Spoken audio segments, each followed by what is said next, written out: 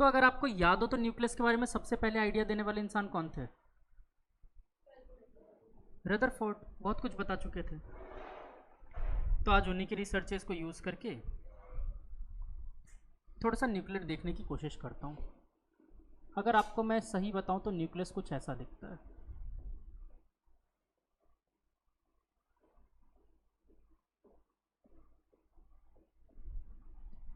इसी के अराउंड हम लोग एक स्फेयर अज्यूम करते हैं। रियल में कोई स्फेयर नहीं होता है, इसी के अराउंड एक स्फेयर अज्यूम करते हैं और ऐसा कुछ दिखता है न्यूक्लियस जिसमें इसके दोनों पार्टिकल्स होते हैं मोस्टली।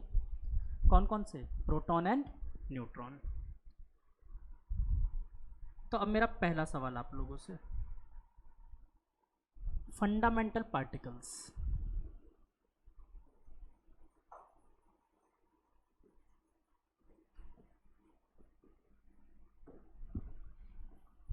फंडामेंटल पार्टिकल्स वो होते हैं जिन्हें फर्दर डिवाइड नहीं किया जा सकता। जैसा पहले एक टाइम पे फंडामेंटल पार्टिकल माना गया था एटम को, और वो डिवाइड हो गया। किसने बताया था एटम डिवाइड नहीं हो सकता? John Dalton. एटम डिवाइड नहीं हो सकता, पर फर्दर उसके अंदर मुझे न्यूक्लियस मिला, प्रोटॉन मिले, न्यूट्रॉन मिले, इलेक्ट्रॉन मिला। तो अब हम उस एरा में पहुंच चुके हैं जहां पर मुझे तीनों मिल चुके हैं, इलेक्ट्रॉन, प्रोटॉन। प्रोटॉन का सिंबल ये होता है H प्लस, कई जगह इसको 1 H प्लस भी बोलते हैं, बट ठीक है, H plus. And neutron 1 and 0, ऐसे डिनोट करते हैं इसे। तो इन तीनों में से फंडामेंटल पार्टिकल्स कौन कौन से हैं?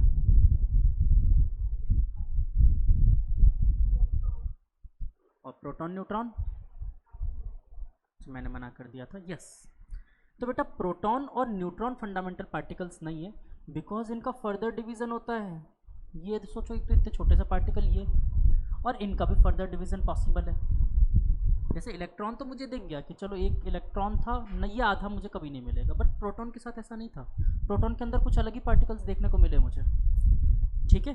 तो इसलिए मैंने इन दोनों को फंडामेंटल पार्टिकल्स नहीं कहा। इन दोनों को ग्रुप वाइज मैंने एक नाम दे दिया, न्यूक्लियॉन्स, ठीक है, न्यूक्लियॉन्स। अब एक एक करके पहले इन फंडामेंटल पार्टिकल्स की बात करते हैं, फिर अपन आगे बढ़ते हैं। तो पहले तो ये नोट करो फंडामेंटल पार्टिकल, फिर इसमें आगे चलते हैं। आज थोड़ा सा आइसोटोप, आइसोटोन्स ये सब बताऊंगा, न्यूक्लियस बनता कैसे है ये बताऊंगा,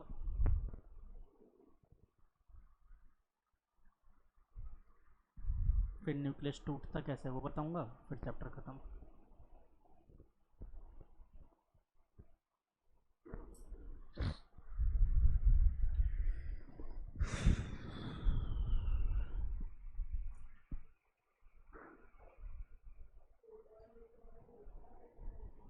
क्या बालक?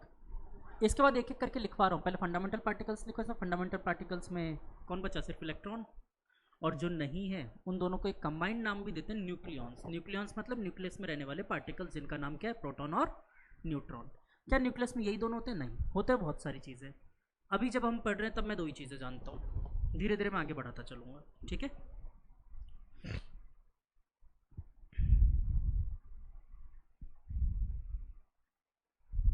क्या इलेक्ट्रॉन होता है न्यूक्लियस में?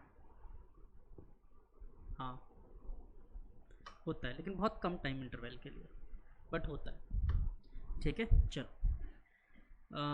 अब लिखो सबसे पहली कहानी इलेक्ट्रॉन की। Discovered by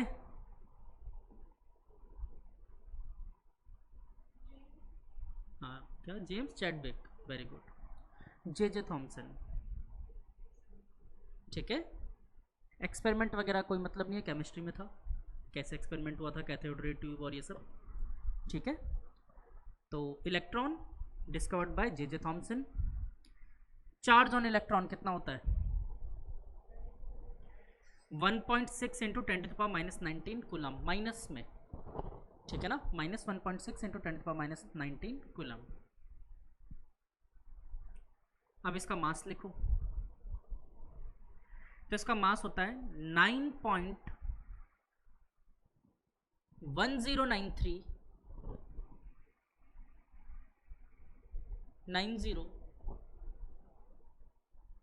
into 10⁻31 kg। तो मैंने बोला है, मैं रिपीट कर दूं, 9.10939 इंटू 10⁻31 kg। अब प्रोटॉन के बारे में, अच्छा सॉरी एक मिनट, इसका मास अपन एटॉमिक मास यूनिट में भी लिखेंगे। अब ये एटॉमिक मास यूनिट क्या है? What is atomic mass unit? Carbon का C12 आइसोटोप जो होता है उसके 1/12 मास को, कार्बन का एक एटम पकड़ा C12, उसके 1/12 मास को हम 1 AMU के बराबर मानते हैं, ठीक है। तो उसके रेस्पेक्ट में जब मैंने निकालने की कोशिश की तो मुझे मिला AMU इलेक्ट्रॉन का, लिखो 5.4858 लिख लो आप, तो 4858, वैसे एक्चुअली में 485,799 होता है, ठीक है ना। तो आप 4858 लिख लो इंटू 10⁻⁴ AMU, ठीक है। चलो अगला बात करते हैं प्रोटॉन की। Proton is discovered by E Goldstein, ठीक है ना। तो लिखो ई गोल्डस्टेन।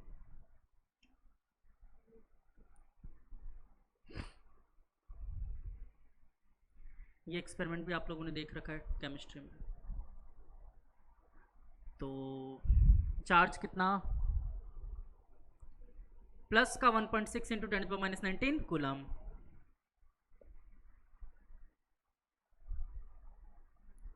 मास कितना, तो लिखो 1.672623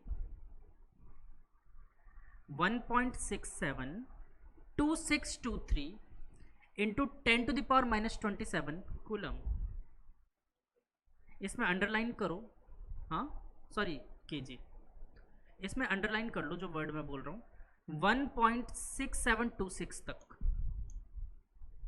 आपको इतनी वैल्यू याद रखनी है, इंटू 10⁻⁻27। अच्छा AMU में इसका मास कितना होना चाहिए?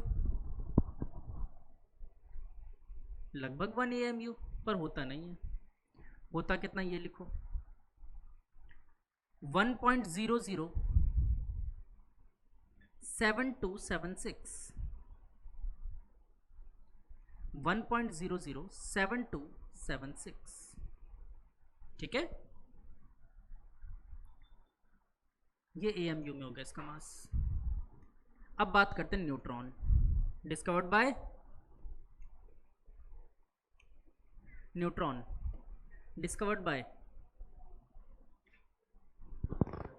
James Chadwick, very good, discovered by James Chadwick. सबसे पहले तो चार्ज की बात करते हैं। चार्ज कितना होता है इसके पास, 2, तो 0, तो 0 लिख दो, इस बेचारे का कोई चार्ज नहीं है। मास, हाँ प्रोटॉन के बराबर, बस यही गलती करते हैं बच्चे, नहीं होता है, ठीक है। अच्छा ये पता है ये प्रोटॉन से ज़्यादा भारी होता है, न्यूट्रॉन ये प्रोटॉन से ज़्यादा भारी है, ठीक है। लिखो 1.674929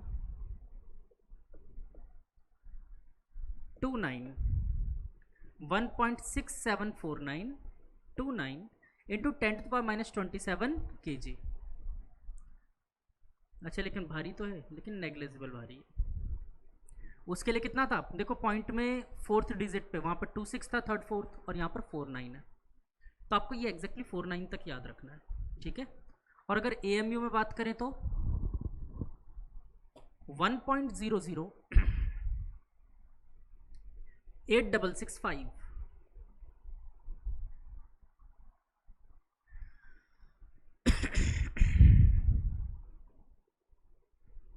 अच्छा अब ये मैं लिखवा क्यों रहा हूँ, ज़रूरत पड़ेगी बेटा, कैसी ज़रूरत, तो ये सारे मासेस हमारे यूज़ करने पड़ेंगे, इसलिए आपको याद रखने पड़ेंगे, ठीक है ना। ये सब आपको क्वेश्चन सॉल्व करते वक्त, न्यूमेरिकल सॉल्व करते वक्त यूज़ करने पड़ेंगे। आगे बात करते हैं, आप कुछ छोटे छोटे डेफिनेशंस देखते हैं। ये बताऊंगा नहीं, पूछूंगा, लिखवाता हूँ, तुम लोग बताओ फिर लिखेंगे। पहला आइसोटोप,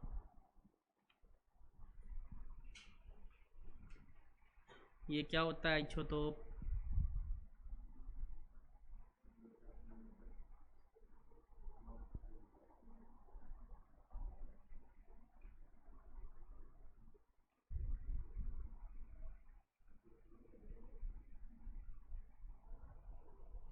यार इतना टाइम लगोगा आइसोटोप में?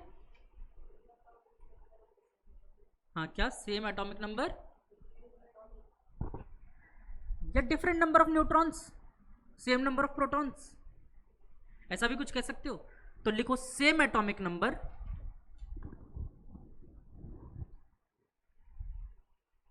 Having different number of neutrons. अब एटम को डिनोट कैसे करते हैं ये भी देख लो। क्या तुम लोग कहाँ बुढ़ापे में परेशान करते हो? बताओ, केमिस्ट्री में छोटी मोटी चीज़ें मुझे अब बतानी पड़ रही, सब केमिस्ट्री में पढ़ के आए हो तुम लोग बहुत डिटेल में। फिजिक्स के टीचर भूल क्यों जाते हैं ये चीज़? चलो केमिस्ट्री में पढ़ के तो आए हैं, फिर भी आइसोटोप्स और ये सब पढ़ा रहे हैं।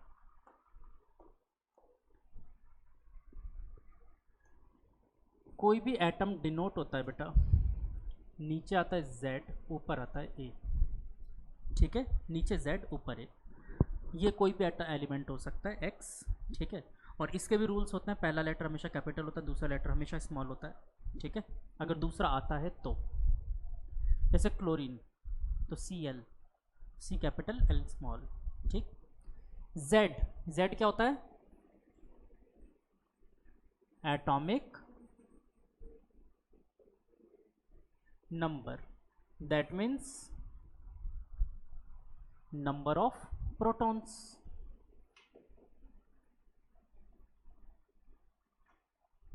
नंबर ऑफ प्रोटॉन्स, या फिर मैं क्या बोल सकता हूं, बोलना नीचे बट ठीक है, number of electrons of a neutral atom, ये भी तो कहा जा सकता है।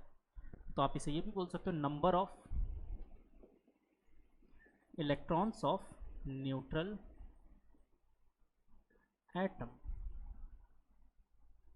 ओके, अगली बात करते हैं। ऊपर क्या है?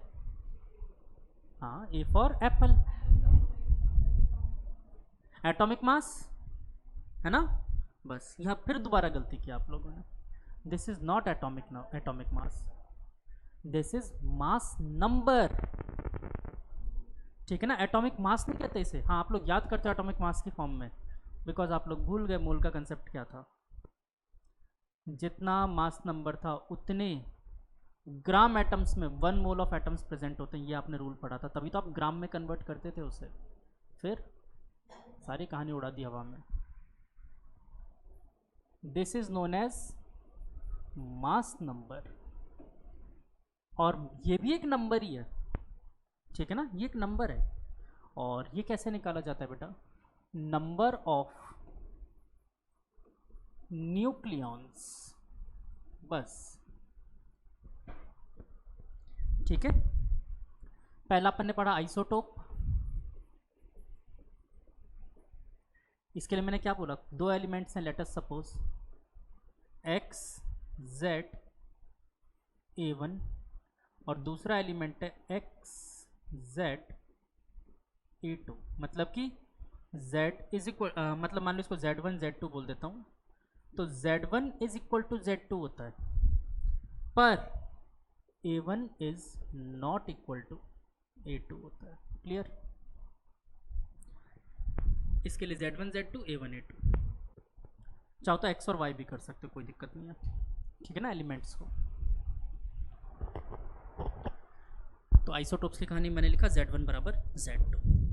कोई एग्जाम्पल इसका हमारे सिलेबस में जो काम का है मैं तो वो लिखता हूँ। कौन कौन सा? हाइड्रोजन, ड्राइटियम और ट्राइटियम। तो कैसे लिखोगे? 1H1 1H2 1H3। अच्छा, पता है इसका फोर्थ आइसोटोप भी मिला है, 1H4 भी मिला है। ये कुछ अलग ही कहानी है, कैसे मिल गया पता नहीं।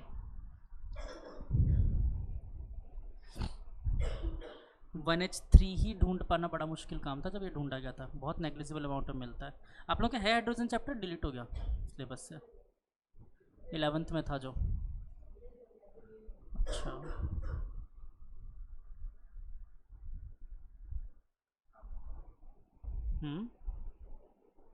क्या आम? अच्छा, ड्राइटियम ट्राइटियम आगे देखेंगे, फ्यूज़न जब अगर होगा तो बता दूंगा, अगर मन करेगा तो फिर बताऊंगा कि क्यों हाइजेनबर्ग के दोस्त ने उसे मना किया था न्यूक्लियर रिएक्शन करने से। कार्बन नाइट्रोजन साइकिल अगर वो भी मन करेगा तो भी बताऊंगा। हाइजेनबर्ग बोल रहा हूँ, सॉरी, ओपनहाइमर। ओपनहाइमर के दोस्त ने उसे मना किया था कि एक्सपेरिमेंट मत करो, बहुत खतरनाक काम है, चेन रिएक्शन शुरू हो गई तो पूरा अर्थ खत्म। चलो आगे बढ़ते हैं। और वो एक जुआ ही खेला गया था, उन्हें बॉम्ब गिराने से पहले तक ये पता नहीं था कि क्या होगा, हो सकता है सब बर्बाद हो जाए। चलो, इसके बाद अगला आइसोटोप्स के बाद है आइसोटोन्स।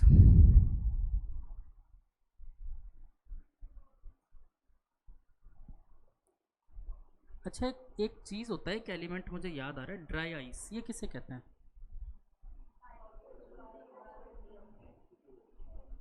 नाइट्रोजन को फ्रीज करते हैं, बहुत मारूंगा। हाँ, सॉलिडिफाइड कार्बन डाइऑक्साइड। अरे वो लिक्विड नाइट्रोजन होता है नालायक, ठंडा होता है, मतलब कुछ भी बोल दोगे, सबसे ठंडा होता है। ठीक है, dry ice, solidified carbon dioxide.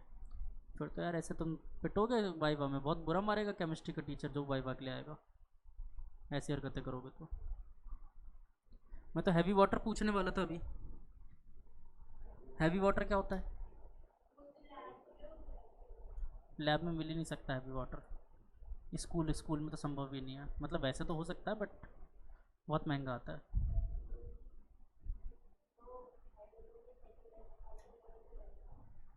Very good बेटा, वो जो होता है ना लैब में, वो डिस्टिल्ड वाटर होता है, हैवी वाटर नहीं। ठीक है, वो अभी बाहर ये एसी के आउटर से निकाल लो, ये भी डिस्टिल्ड वाटर ऑलमोस्ट ऑलमोस्ट निकलता है।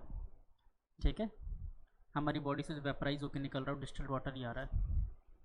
तो D2O ड्राइटियम से बनने वाला, हाइड्रोजन से जैसे बनता है ना H2O, वैसे ड्राइटियम भी D2O बनाता है, इसे हैवी वाटर कहा जाता है। ठीक है,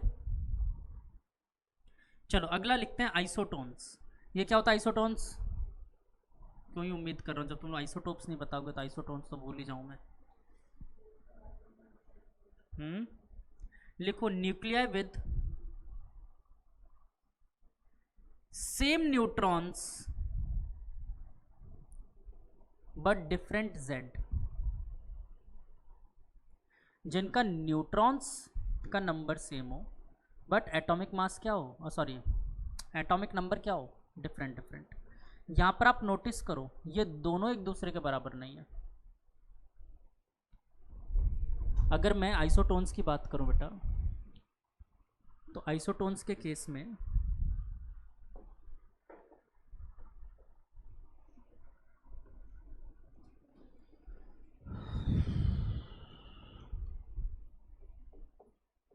आइसोटोन्स, इस केस में अगर मैं एक एलिमेंट लूं X Z1 A1 और Y Z2 A2, देन मैं बोल सकता हूँ ना तो A1 is equal to A2 होता है, ज़रूरी नहीं है, ये हो भी सकता है बट मान के चलते नहीं होगा, वैसे नहीं होता है, और ना Z1 is equal to Z2 होता है।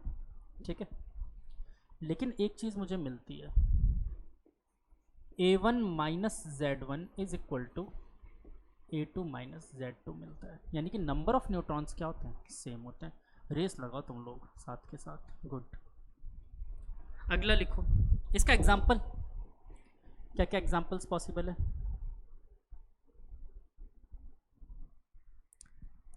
लिखो 6C14, 6C14।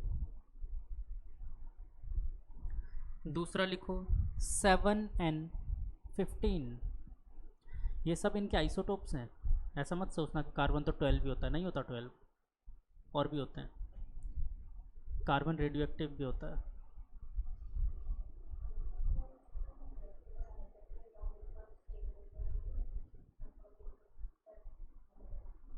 आइसोटोन से पढ़ाया था यार, मुझे नहीं पता यार ऐसा कुछ होता वो, तो लिख लो अभी, तो फिर बात करते हैं अगले टॉपिक के बाद। तुम्हारा डाउट हो सकता है शायद सही हो जाए। अगला लिखो इसी में 8C16। हाँ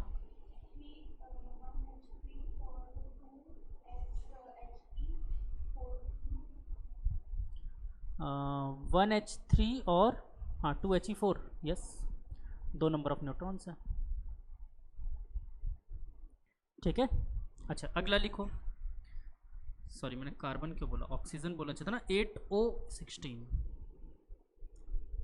इसी में था। तो 3 एग्जाम्पल्स हो गए, देखो तीनों में नंबर ऑफ न्यूट्रॉन्स सेम है, निकाल के देख लो आप।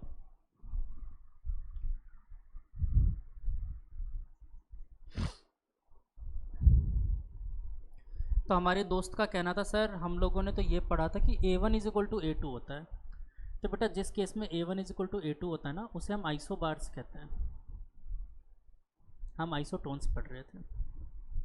ठीक है, तो लिखो आइसोबार।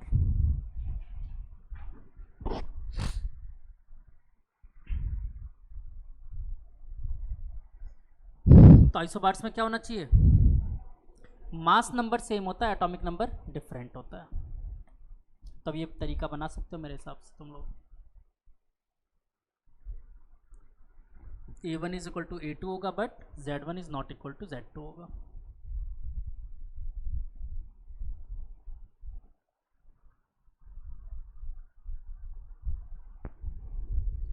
ये सारांश के बैग में से कुछ निकला है क्या, चीटियाँ लग रही है।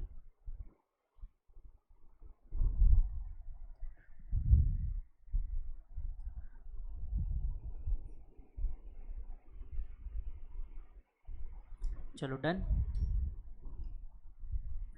तो अब हमें क्लियर है आइसोटोप, आइसोटोन्स और आइसोबार्स। वैसे एक और आइसो होता है, आप केमिस्ट्री में पढ़ते हो, मेरे पास नहीं है उस सिलेबस में। हाँ आइसोमर, कितने टाइप के आइसोमर्स, अरे आइसोमर,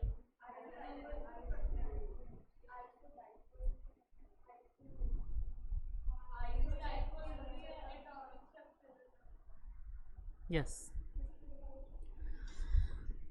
वैसे मैं आइसोमर पूछना चाहता हूँ कितने टाइप के होता है आइसोमेरिज्म।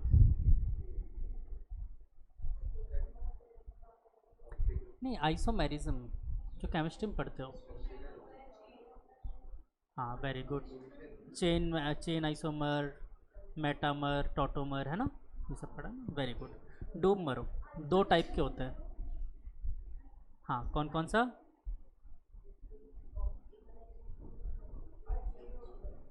एक स्ट्रक्चरल आइसोमेरिज्म होता है और दूसरा ऑप्टिकल आइसोमेरिज्म होता है, फिर उसमें फर्दर डिविजन्स होते हैं वो। सुना है मैंने तुम दोनों का, मैंने कहा मना किया तुम लोग, मैं उधर ना लायक बोल रहा हूँ। तुमने देखा मेरे डायरेक्शन इधर होते हुए, नहीं तुम दोनों ने सही बोला था।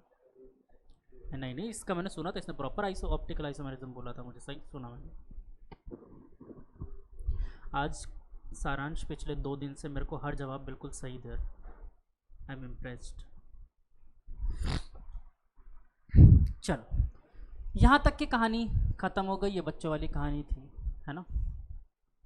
तो आगे बढ़ते हैं और अब डिसाइड करते हैं कि यार न्यूक्लियस का साइज़ क्या होता होगा। तो टॉपिक है मेरा साइज ऑफ न्यूक्लियस। अचानक से वक्त बदलेंगे, हालात बदलेंगे। साइज ऑफ न्यूक्लियस ये कैसे निकाले, भी फिर से टेंशन आ गई, नई मुसीबत आ गई हमारे सामने, कैसा निकाला जाए।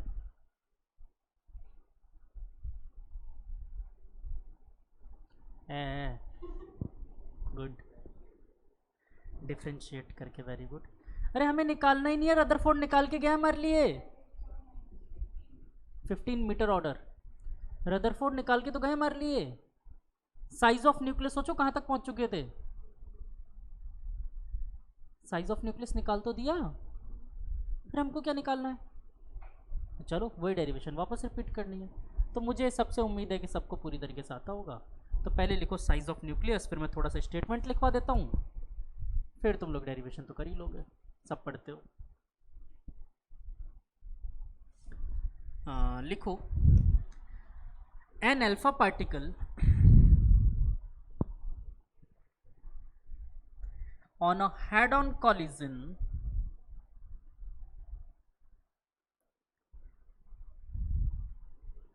with nucleus of charge ZE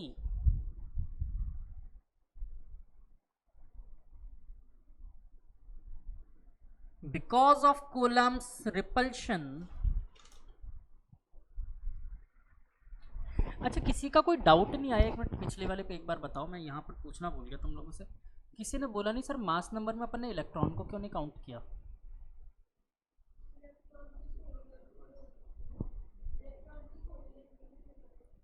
nucleus में था ना थोड़ी देर के लिए, बाहर तो एटम में था ही।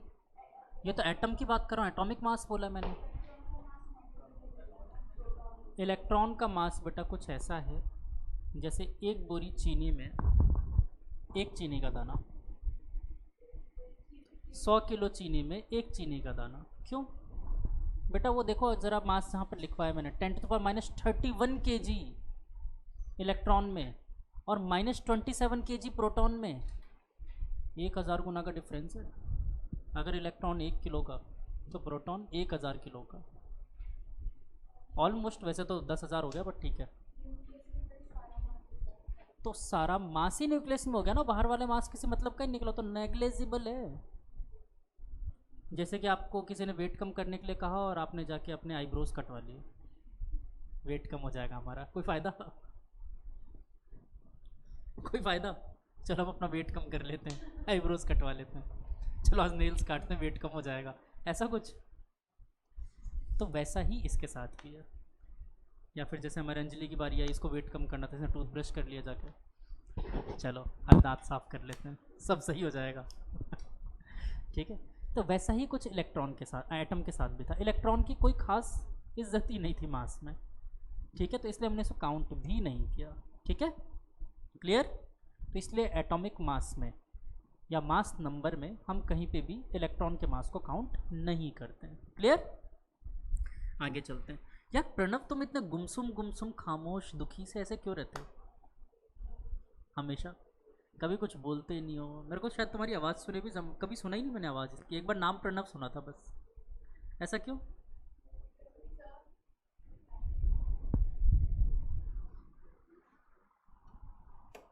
बेटा ख़राब हो गया, नहीं चल रहा।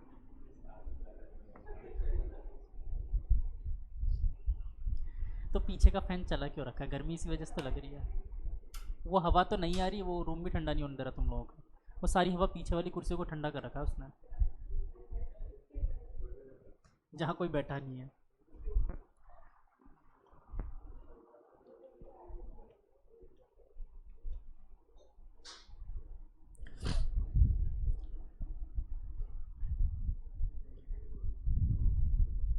चलो, तो आगे बात करते हैं बेटा।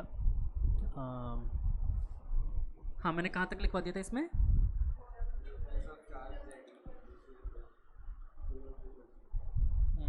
Repulsion between charges of the same sign, repulsion between charges of the same sign।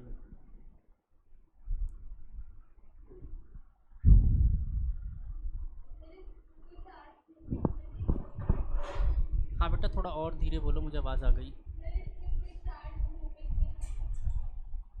बेटा अभी बात करते हैं, पहले मैं लिखवा देता हूँ फिर बात करते हैं। The alpha particle approaches to the distance d from the target nucleus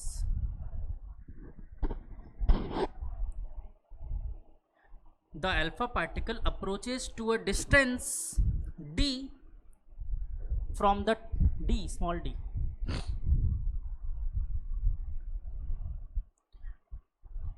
from the target nucleus called distance of closest approach।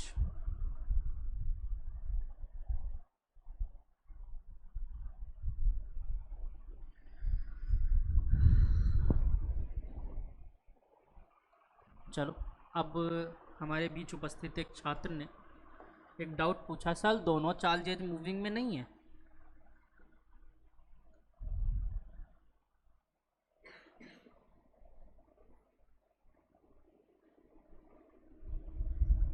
ये रहा वो आपका न्यूक्लियस, जिसके अंदर आपके क्या रखे थे, न्यूक्लियॉन्स।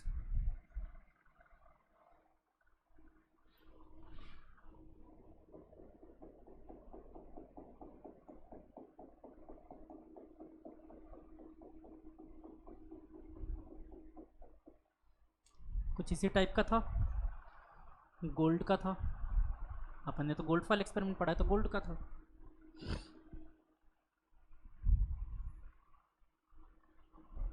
यहाँ से एक छोटा सा पार्टिकल चला था जिसका नाम था अल्फा पार्टिकल। अगर मैं याद दिलाऊं आपको, तो ये न्यूक्लियस ऑफ हीलियम होता है। हीलियम का न्यूक्लियस था,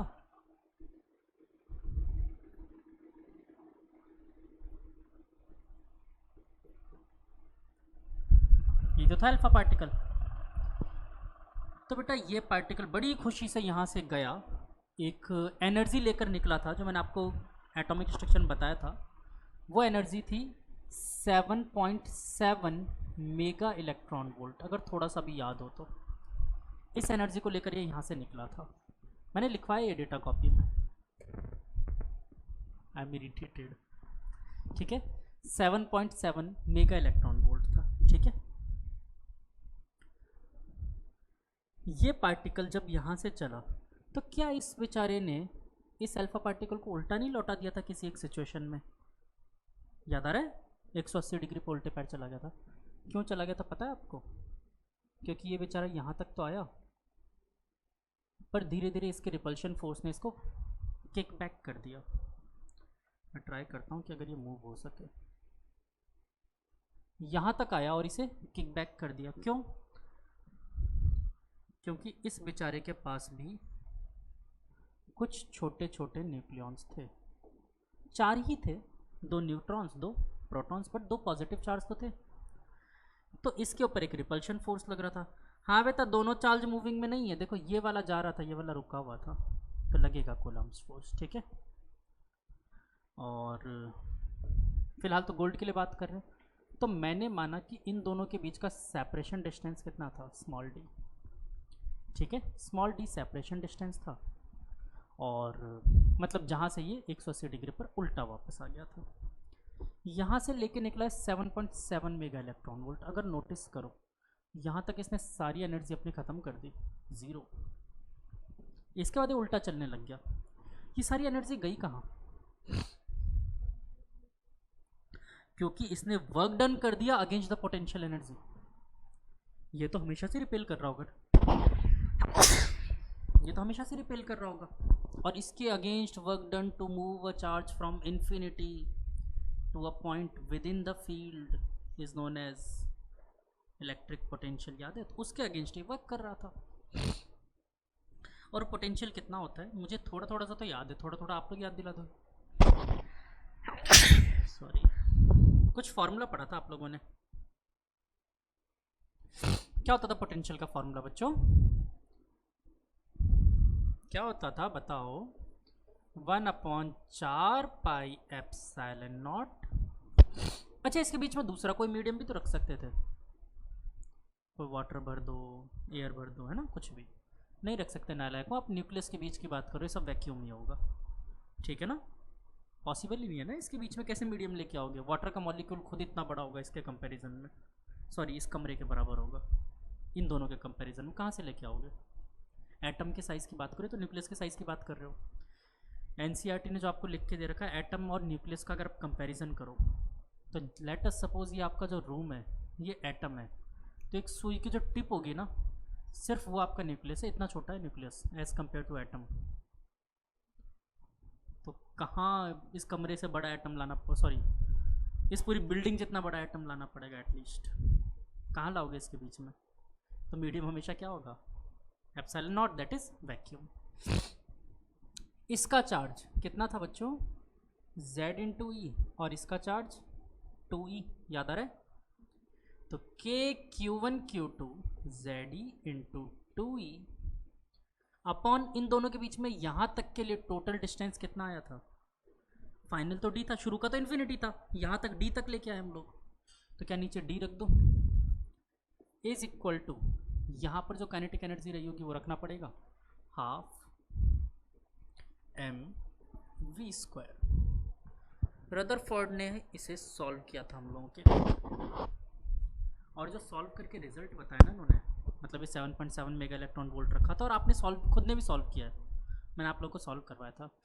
तो लगभग यहाँ से D इज इक्वल टू निकल के आया था 32, एग्जैक्ट वैल्यू मैं बोल रहा हूँ, 32 इंटू 10⁻⁻15 मीटर, ये एग्जैक्टली इन्होंने माना था। तो एक बात बताओ, अगर इस डिस्टेंस के न्यूक्लियस से रिपेल हुआ ये, दैट मीन्स न्यूक्लियस तो इससे भी छोटा होगा। ये तो वो पॉइंट था जहां पर वो रिपेल कर गया, वरना न्यूक्लियस तो इससे बहुत छोटा रहा होगा। और रियल में बाद में जब हम लोगों ने चेक किया, लगभग 6 फर्मी मीटर के आसपास निकल के आया, एक्सरेज से पता चला हमें, ये बहुत बाद में पता चला। तो गोल्ड के न्यूक्लियस की साइज 6 फर्मी मीटर थी। फिर याद करो, मैंने आप लोगों को एक बात कही थी कि इन्होंने सिर्फ और सिर्फ गोल्ड पे एक्सपेरिमेंट नहीं किया था, इन्होंने तो बहुत सारे एलिमेंट्स पे किया था, बहुत सारे एलिमेंट्स पे एक्सपेरिमेंट किया था। तो इन्होंने अपना एक फॉर्मूला बना कर दिया कि अब आप किसी भी एटम के न्यूक्लियस की साइज चाहो जब निकाल सकते हो। कैसे? देखो,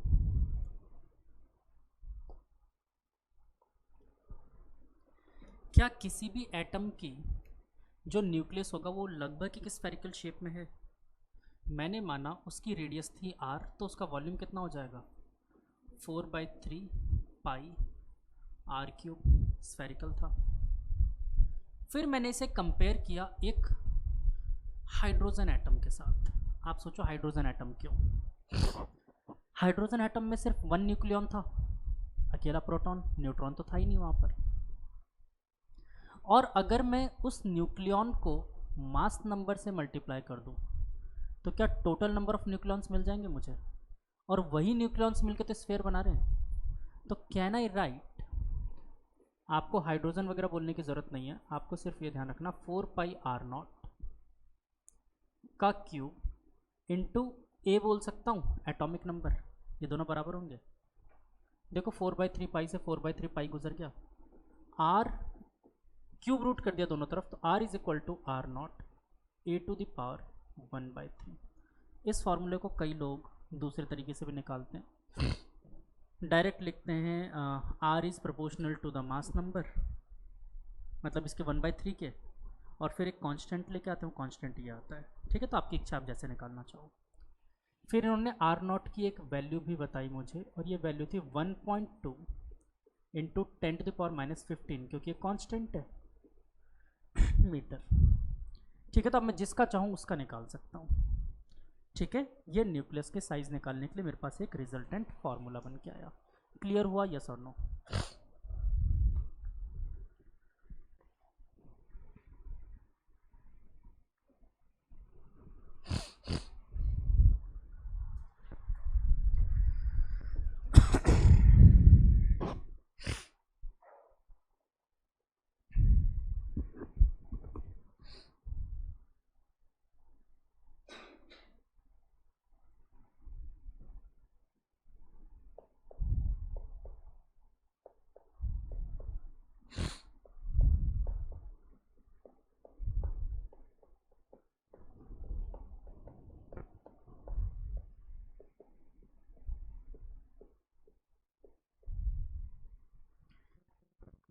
ये एक अप्रॉक्सीमेट रिलेशन था, ये ध्यान रखना।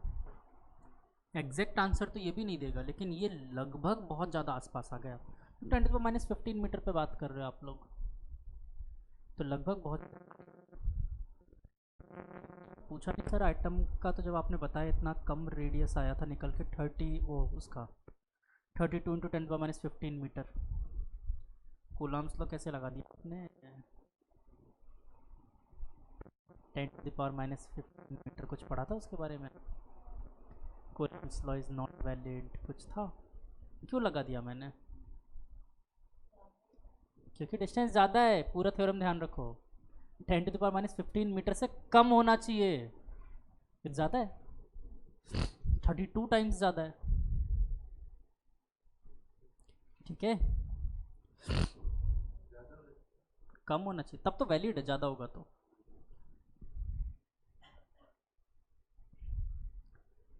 अच्छा, आप लोग कौन सी बुक परचेज करने के मूड में हो बोर्ड के लिए?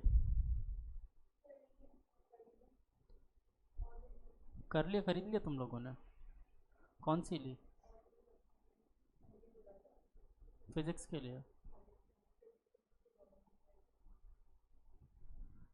सबने ले ली?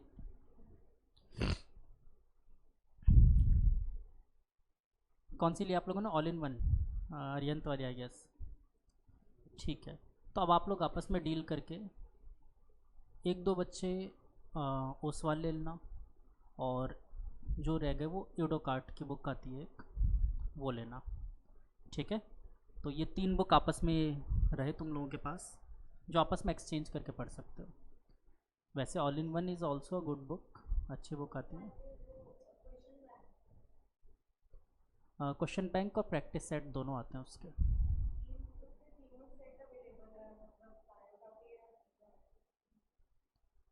मेरे को तो फिज़िक्स से मतलब है, बाकी आपके टीचर जो बताएं वो देख लेना।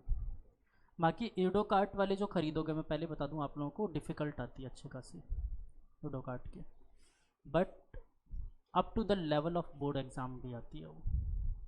बोर्ड का पेपर वैसे ही दिखेगा आपको, उसकी सिर्फ प्रैक्टिस सेट लेनी है, वो चाहे मत भी लो, मैं लास्ट में खरीदवाऊँगा, बहुत कॉस्टली नहीं आती, 100-150 रुपये की आ जाएगी वो, तो लास्ट में आप लोगों से मैं सबसे ही मंगवाऊँगा वो। आप लोग तो संजीव डेस्क वर्क करने वाले लोग, आप लोगों की तो कोई टेंशन ही नहीं है। ठीक है, तुम तीन हो ना संजीव डेस्क वर्क वाले? हाँ। तो बेटा ये ऐसा क्या हादसा हुआ है तुम्हारे साथ कि हर बार क्लास के बीच में तुम्हें जाना पड़ रहा है रेगुलर? जीवन में कोई हादसा?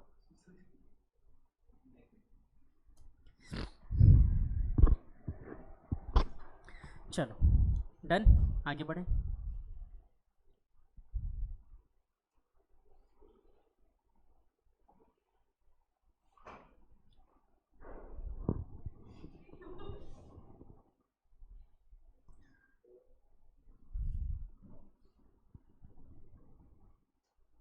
अरे जाओ सीरियसली, अरे सच में कह रहा हूँ, फ्री हो मेरी तरफ से, जाओ। चलो आगे बढ़ते हैं, इतने शरीफ मत बनो। हाँ।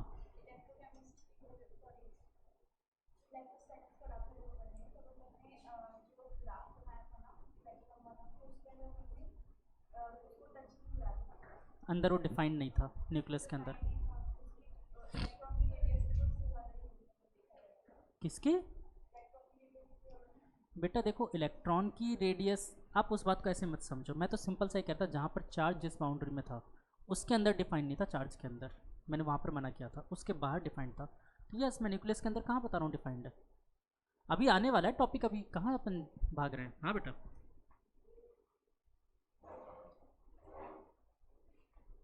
किससे अप्रोच लगवा रहे हो? अच्छा, फ़ोन में कुछ दिखा रहे हो, मेरे को लगा फ़ोन पे किसी से बात करवा रही है। हाँ, मैं देखा अप्रोच लगवा रही है। सॉल्व पेपर से तो इसमें क्वेश्चन बैंक है ना? यस। 606 सारे सारे सब्जेक्ट का है क्या? फिजिक्स का काफ़ी कॉस्टली बेच रहे हैं। हाँ वैसे तो यही है, ले सकते हो। हाँ यही है, ये ज़्यादा सही है एक्चुअली में, सबसे सही बुक यही है उस वाल की। इसमें क्वेश्चंस इन्होंने थोड़े ज़्यादा दे रखे हैं, पी वाई क्यूज़ उसके नीट फीट के भी डाल दिए थोड़े से। ठीक है, वैसे तो इसमें है कुछ चीज़ें, बट ठीक है फिर भी अच्छी है। चलो यहाँ तक क्लियर? तो क्या मैं न्यूक्लियस की डेंसिटी निकाल सकता हूँ? अब आपको मास वास तो पता चलेगा, ज़रा डेंसिटी ऑफ न्यूक्लियस निकाल के बताना।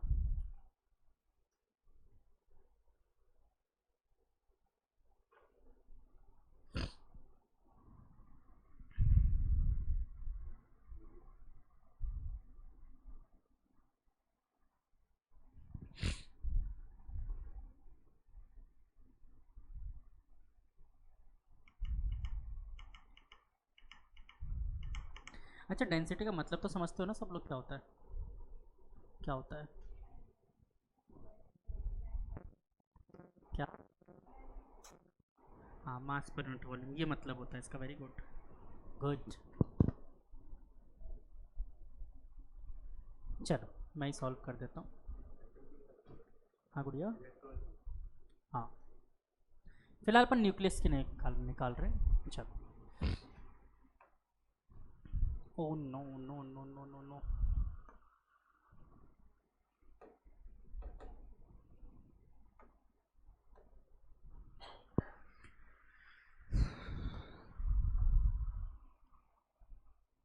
तारा सिंह थोड़ी देर के लिए शक्ल दिखाने आती है, आके गायब हो जाती है। उसका रोज का हो गया ये।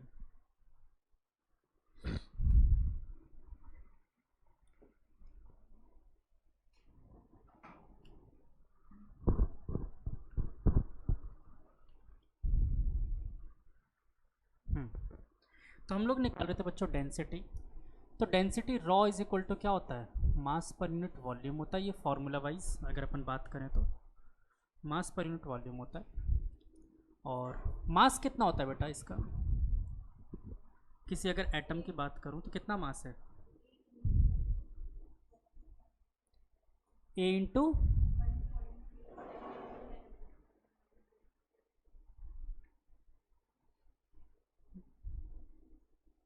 समझ नहीं आया मुझे।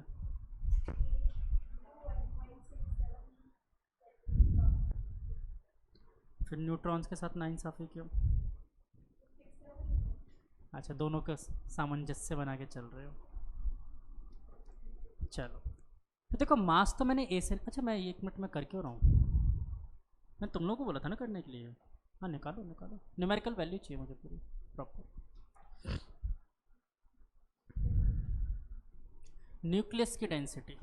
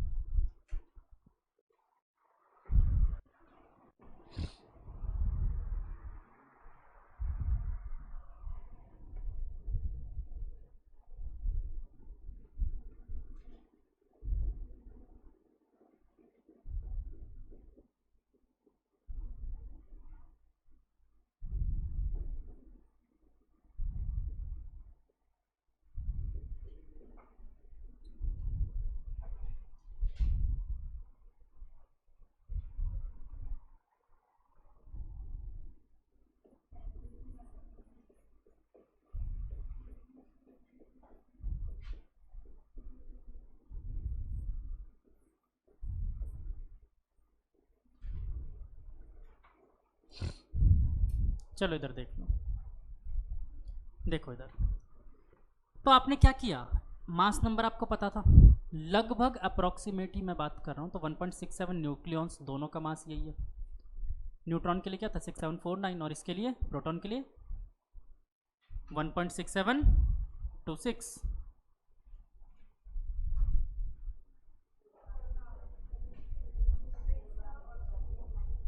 ठीक है, तो लगभग 6-7 तक तो बराबर ही थे, मैंने ये रख दिया, मैं ज़्यादा डिटेल में जाता ही नहीं हूँ। वॉल्यूम 4/3 पाई आर क्यूब होता है, और 4/3 पाई आर क्यूब अभी जस्ट पिछले रिलेशन में अपन ने देखा, can be written as 4/3 pi r not cube into A. देखो ए से ए गुजर गया, यानी ये सबसे पहली बात कि इसकी डेंसिटी मास से इंडिपेंडेंट है, एटॉमिक मास नंबर से कोई मतलब नहीं है इसका।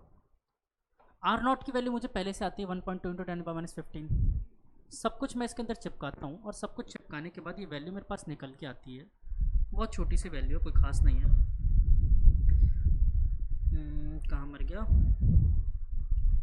2.3 इंटू 10⁻17, ये लगभग सॉल्व होके आती है।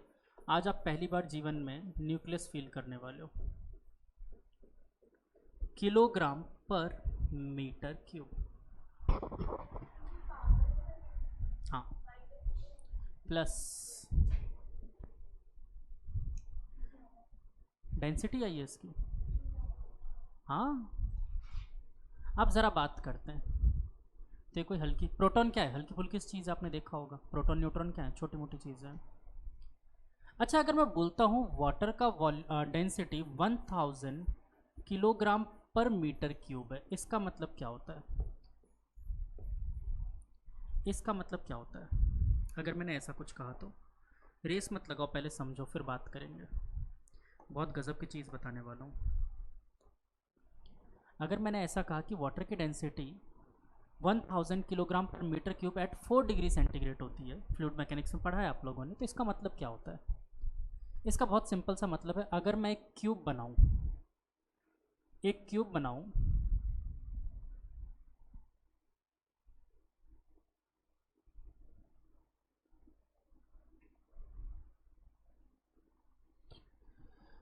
जिसकी सारी डायमेंशन 111 है, तो यानी 1 मीटर क्यूब हो गया। तो 1 मीटर क्यूब में अगर मैं वाटर फिल करूं तो उस वाटर का मास मुझे मिलेगा 1000 kg। ये बात, पहली बात समझ आई। और 1 मीटर क्यूब कोई बहुत ज़्यादा नहीं होता, आइडिया लगाओ आप दिमाग से, तो 100 सेंटीमीटर बाय 100 सेंटीमीटर 100 सेंटीमीटर, यही तो हुआ। हाँ या ना? मेरी स्केल जनरल जो मैं रखता हूँ वो 30 सेंटीमीटर की आती है, 3 गुना से थोड़ा सा ज़्यादा कर देना, है ना? 1 मीटर वैसे ये नाप लो, ये 1 मीटर ऑलमोस्ट होता है, ठीक है ना? तो यानी 1 metre length, 1 metre height, 1 metre breath.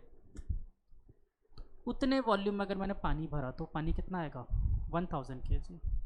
और मैंने अगर सिर्फ न्यूक्लियॉन्स भरे, प्रोटॉन और न्यूट्रॉन, तो उसका मास कितना आएगा? तो अगर मैं इसके अंदर उसका मास देखना चाहूँ बेटा, बहुत ज़्यादा नहीं आएगा, थोड़ा सा ही आएगा। इसका मास निकलेगा 2.3 इंटू 10⁻17 किलोग्राम। जानते हो अर्थ का मास कितना है? अर्थ का मास कितना है? I guess 6 × 10⁻20 kg। एक बार देख लेना, 6.24 इंटू 10⁻20 kg होता है, गूगल चेक करो एक बार, शायद ये मास ऑफ अर्थ।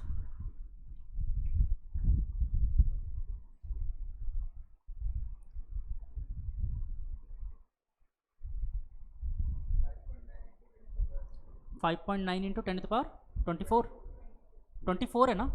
ठीक, मुझे याद आया लास्ट में 24।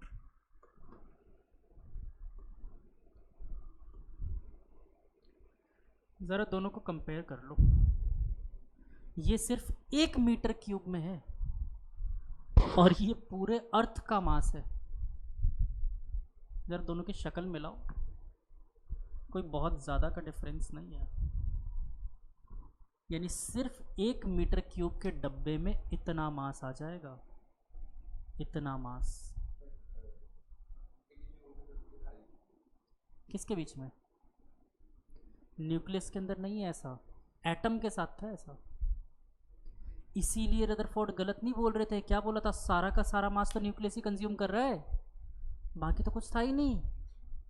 यानी इस पूरे कमरे का कोई मास नहीं है, बस एक सुई के नोक का मास है सारा। यही तो बोला मैंने, न्यूक्लियस इतना सा होता है। और देखो कितना हैवी पार्टिकल है वो, कितना ज़्यादा हैवी पार्टिकल है। अच्छा, अब आप इसको मैं दूसरे तरीके से समझाता हूँ। अगर 1 लीटर की बॉटल है, आपकी वाटर बॉटल है, तो 1 लीटर की वाटर बॉटल में आपका पानी जो आएगा वो अगर 4 डिग्री सेंटीग्रेड पे प्योर वाटर है तो 1 kg आएगा, ठीक है? मर्क्यूरी भरें तो 13.6 kg। और अगर मैंने सिर्फ प्रोटॉन भर दिए तो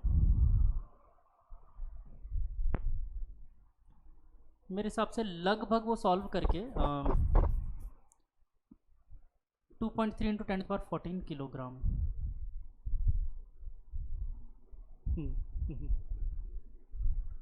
2 इंटू 10⁻14 किलोग्राम।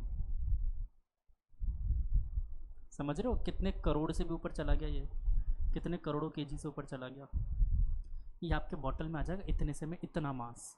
ये है आपका न्यूक्लियस। तो अब इसकी कहानी डिटेल में जानते हैं। इतना ज़्यादा मास है इसका और इतना ज़्यादा चार्ज भी है। सर जी एक बात बताओ, ये कहानी एग्जिस्ट ही क्यों कर रही है? इतना ज़्यादा मास, इतना ज़्यादा चार्ज, इतनी छोटी सी जगह पर। Why and how? कैसे? कितना डेंस्ड मास है ये? ठीक है, कितना डेंस्ड मास है। आप चाहो तो जैसे अर्थ पे लिक्विड मेटल के फॉर्म में सबसे हैवी एलिमेंट जो मेरे पास प्रेजेंट होता है वो मर्क्यूरी होता है। आप उसको और इसको कंपेयर करके देखो, मर्क्यूरी नेग्लिजिबल है इसके सामने, नेग्लिजिबल, इतना हैवी मास है। ठीक है, और इतना हैवी चार्ज भी है। नॉर्मली ये चार्ज अगर न्यूक्लियस में नहीं होता तो ये बाहर दंगे मचा देता, इतना रिपल्शन फोर्स अट्रैक्शन फोर्स लगाता। लेकिन कूलाम ने मुझे पहले ही मना कर दिया, मेरा फॉर्मूला लगा मत लेना वहाँ पर। एक्चुअली में जब कूलाम ने बनाया था ना, उनको पता नहीं था, वो तो सब जगह के लिए वैलिड रखा था उन्होंने, पर बाद में पता चला यार न्यूक्लियस के अंदर तो कुछ नहीं है वैलिड ही है, तो इसलिए फिर उसमें एक्सेप्शन डाल दिया गया। 10⁻⁻15 मीटर ऑर्डर से अगर कम का डिस्टेंस है तो भूल जाओ, कूलाम्स लॉ नहीं लग सकता, तो वहाँ ये वैलिड नहीं है। तो फिर वहाँ पर कौन सा फोर्स लग रहा होगा, क्या कहानी होगी इसकी, तो अब ये कहानी जानना हम शुरू करेंगे इस चैप्टर में, और यहाँ से शुरुआत होती है न्यूक्लियस की। ये इंट्रोडक्शन था यहाँ तक, ठीक है, यहाँ तक चैप्टर का इंट्रोडक्शन हो गया आपका, समझ आई यहाँ तक की कहानी। कुछ न्यूक्लियस के बारे में जान पाए थोड़ा बहुत, मास कितना ज़्यादा है, चार्ज कितना ज़्यादा है। फिर साइंटिस्ट ने रिसर्च किया, और अब मैं थोड़ा सा जूम करके न्यूक्लियस बनाने की कोशिश कर रहा हूँ आप लोगों के लिए।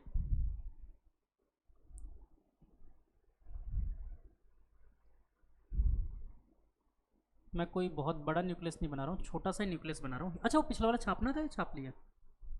नहीं छापा, छापो एक बार पहले, ये कहानी छाप लो। जूम आउट करूँ?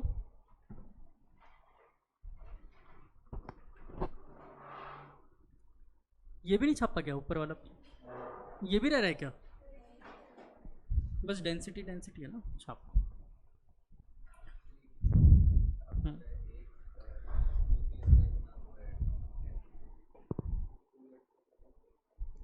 बेटा न्यूक्लियस का इतना डेंसिटी है, लेकिन न्यूक्लियस है कितना? एक बड़े से एरिया में ना के बराबर है। क्या बिना एटम के न्यूक्लियस एग्जिस्ट करेगा? नहीं करेगा, एटम चाहिए उसको, और फिर एटम भी उसके बाद खुद के बनने के बाद कुछ फ्री स्पेस रखता है, देन आफ्टर फिर अदर चीज़ें होती है। तो न्यूक्लियस की तो डेंसिटी इतनी ज़्यादा है, बट न्यूक्लियस कभी इतना सारा एक साथ रहता नहीं है ना, एटम के अंदर रहता है न्यूक्लियस, और एटम खुद क्या है, खाली, मतलब एक छोटा सा सुई का पार्टिकल है, सुई जैसा, मतलब सुई के नोक जितना, और ये पूरा कमरा है, वो है तो सही प्रेजेंट, लेकिन इस कमरे के अंदर किसी दूसरे न्यूक्लियस को नहीं आने देगा ये। इस कमरे में एक ही न्यूक्लियस रहेगा, एक जंगल का एक ही राजा, इसलिए तो इसने खाली स्पेस भी तो बहुत ज़्यादा रख रखा है, खुद से 1 लाख गुना 10 लाख गुना बड़ा space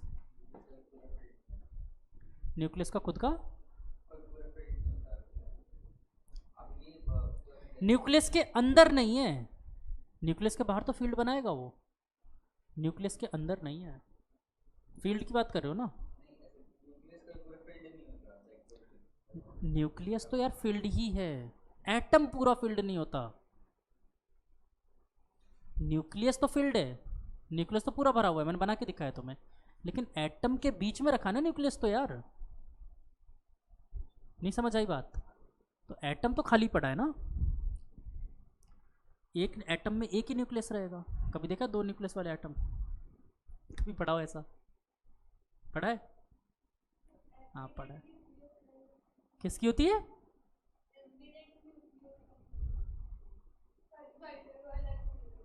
ambient, very good.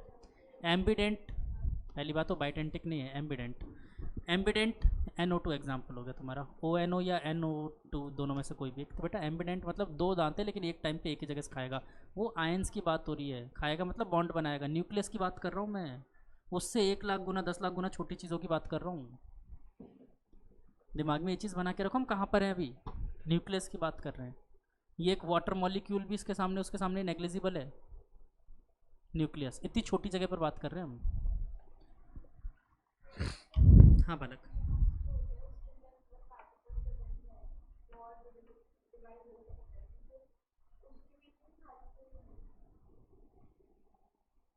Nucleus के अंदर, न्यूक्लियॉन्स के अंदर बेटा खाली स्पेस मैं लगभग मानूंगा नहीं होता है, लेकिन आप मत मान के चलो। वैसे अगर ज़्यादा जानने की इच्छा है तो यस, इसके अंदर भी जैसे इलेक्ट्रॉन्स होते हैं ना, उनके अंदर ऑर्बिटल्स एनर्जी शेल्स हैं, इसके अंदर भी होते हैं। ठीक है, पर वो सब चीज़ें जाननी नहीं आपको, तो अभी जाने दो, ठीक है। बहुत लिमिटेड है आपके पास वो है नॉलेज अभी न्यूक्लियॉन्स के, मतलब सिलेबस में ज़्यादा बहुत ज़्यादा नहीं है। चलो तो अब अगले टॉपिक की तरफ बढ़ते हैं। टॉपिक का नाम डालो, यहाँ से शुरू होता है नया टॉपिक, बाइंडिंग एनर्जी या न्यूक्लियर बाइंडिंग एनर्जी बोलते हैं इसे। ये पढ़ा है आप लोगों ने केमिस्ट्री में, बाइंडिंग एनर्जी मैंने पढ़ा है पहले भी, बाइंडिंग एनर्जी 2-3 बार। ये बाइंडिंग एनर्जी मैंने पढ़ाया हुआ है, कहाँ? सबसे पहले आप लोगों को पढ़ाया था मैंने ग्रेविटेशन में, अर्थ की बाइंडिंग एनर्जी निकाली थी। देन ग्रेविटेशन के बाद हम आगे चले थे और हम लोगों ने जाना फिलहाल binding energy latest atomic structure में पढ़ा है। एक इलेक्ट्रॉन की बाइंडिंग एनर्जी, इलेक्ट्रॉन को बांध के रखता था न्यूक्लियस, कितनी एनर्जी से? अगर मैं एक हाइड्रोजन एटम की बात करूं तो उस पर कितनी एनर्जी थी उसकी फर्स्ट शेल में? -13.6 इलेक्ट्रॉन वोल्ट। याद रखना ये टर्म, थोड़ा सा इसके बारे में बात करेंगे। तो अब लोगों के पास सवाल खड़े हुए कि इतना मास है, जैसे आपके दिमाग में है इतना मास और इतना चार्ज है, एक जगह पर रह कैसे सकता है? साइंटिस्ट परेशान हो गए यार कि ये कैसे एक्सप्लेन करें। यहाँ तक की कहानी तो रदरफोर्ड भी बता दी है, रदरफोर्ड ही बता के गया अभी तक की जो कहानी आपने सुनी है, सब रदरफोर्ड की बताई हुई चीज़ें। सवाल ये उठता है कि यार इतना चार्ज रह कैसे सकता है एक जगह पर? तो फिर आगे रिसर्चेज हुई और हमें कुछ आइडिया लगा। मैं उस रिसर्च को जानना चाहता हूँ, आप लोगों के सामने एक्सप्लेन करता हूँ, देखते हैं। मैं एग्जांपल के लिए लेता हूँ हीलियम का न्यूक्लियस। ये हीलियम का एक न्यूक्लियस है और हीलियम का न्यूक्लियस है तो पता ही आपको 4 ही पार्टिकल होंगे।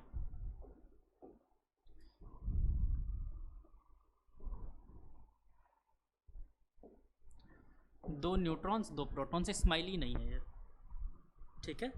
2 न्यूट्रॉन्स 2 प्रोटॉन्स।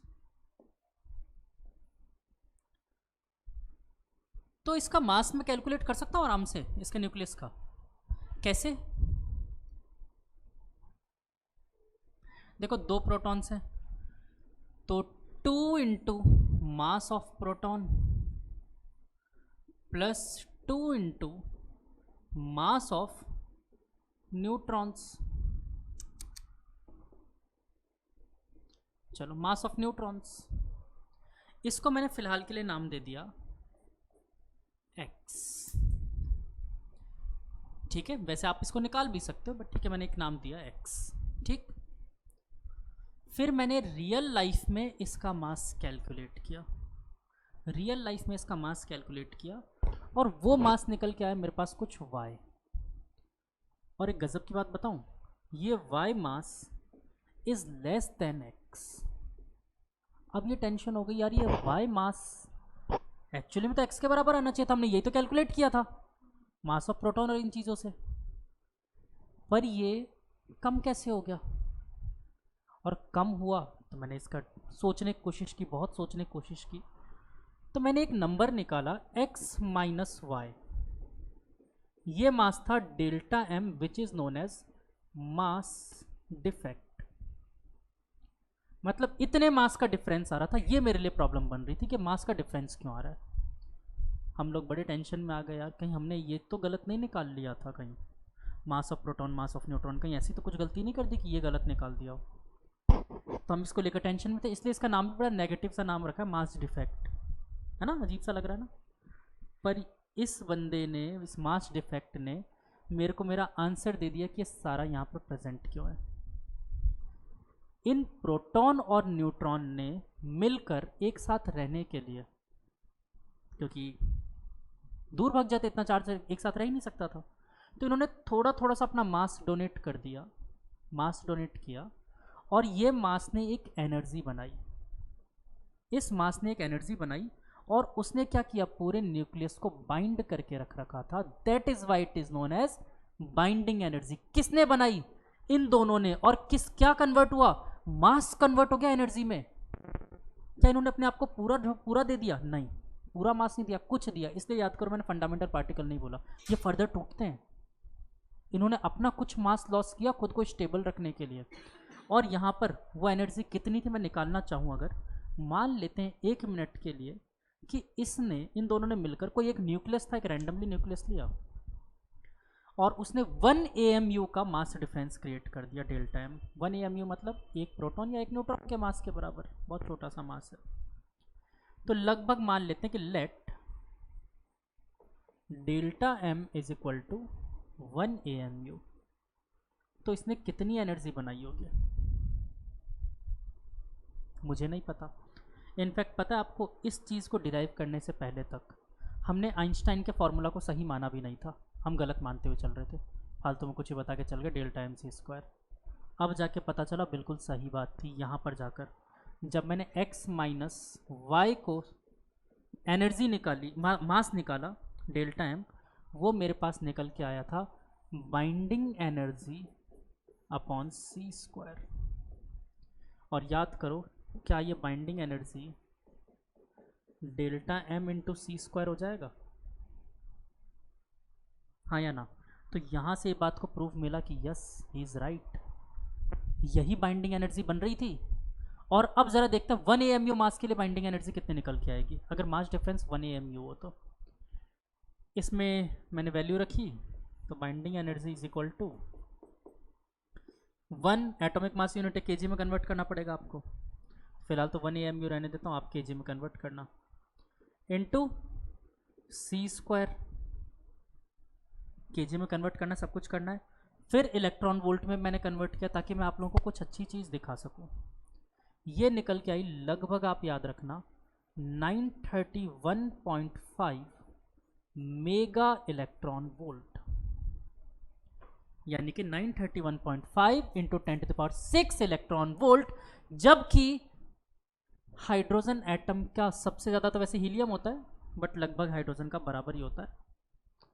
तो न्यूक्लियस का एटम पे बाइंडिंग एनर्जी आया था -13.6 इलेक्ट्रॉन वोल्ट, और हम इसको देखकर बड़ा खुश हो रहे थे। इतनी एनर्जी, खुश हो रहे थे कि नहीं हो रहे थे? इतनी ज़्यादा एनर्जी से पकड़ रखा है इसने इलेक्ट्रॉन को, -13.6 इलेक्ट्रॉन वोल्ट। ज़रा देखना न्यूक्लियस को कितनी एनर्जी से पकड़ रखा है, 931.5 इंटू 10⁶ इलेक्ट्रॉन वोल्ट। कंपेरिजन ही नहीं है दोनों का, यानी न्यूक्लियस की बाइंडिंग एनर्जी कितनी ज़्यादा है। क्लियर हुआ यस और नो? नहीं हुआ?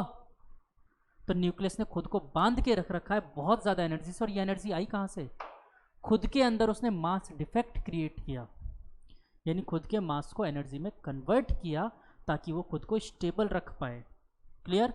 और अगर ये न्यूक्लियस टूट गया तो क्या होगा? बाइंडिंग एनर्जी खत्म। अब वो बाइंडिंग एनर्जी की कोई ज़रूरत नहीं है, या तो मास में कन्वर्ट होगा या फिर वो बहुत ज़्यादा एनर्जी में कन्वर्ट होगा। और यही न्यूक्लियस के टूटते वक्त जो एनर्जी रिलीज होती है ना, न्यूक्लियस टूटते वक्त जो एनर्जी रिलीज होती है, that is known as binding energy. अब दोनों फॉर्म में मैं एनर्जी फटाफट बता देता हूँ कैसे निकलती है। ये कहानी लिख लेंगे अपन अभी 2 मिनट में, ठीक है? थोड़ा समझा देता हूँ। क्या जानना चाहते बोलो? क्या हो गया, क्या हो गया बोलो? अभी 1 मिनट पहले उभासी ले रहे थे, मैंने नोटिस किया था मुंह बंद करके, ठीक है? चलो अब ज़रा सोचो कि एक न्यूक्लियस टूट के 2 न्यूक्लियस बना रहा है, वो छोटे छोटे, ठीक है? तो न्यूक्लियस जैसे बड़ा वाला टूटा, जैसे यूरेनियम टूटता है, तो जैसे बड़ा वाला न्यूक्लियस टूटेगा, क्या वो बहुत amount of binding energy release करेगा? और बहुत अमाउंट ऑफ बाइंडिंग एनर्जी उसने रिलीज कर दी तो क्या होगा? वो तबाही ला देगा, इतनी ज़्यादा एनर्जी रिलीज करता है ये, है ना? तो यही होता है आपका एटॉमिक बॉम्ब, यूरेनियम। इसी वजह से तो एनर्जी निकलती है इतनी सारी, तो तबाही ला देता है।